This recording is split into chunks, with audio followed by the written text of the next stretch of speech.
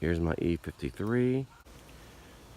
So if anybody's ever had to replace the battery in their BMW X5, it's in the weirdest place I've ever seen. Buried under this suspension compressor and the spare tire and all this. Way at the bottom sits the thing. And replacing it out now. Alright, so part 2 was 12.2 or 3 without, 14 with the alternator. So the alternator's good, charging the battery.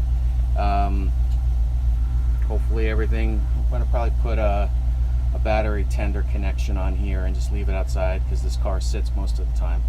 But because I had a hard time charging it from the front, there's that front bolt that you can charge it off of. But the problem with the X5s is that the rear hatch is electric, and so if the battery goes dead, you can't open the rear hatch. And if your doors aren't open, you can only open the driver door and you can't get in to access anything. So huge pain. But done now.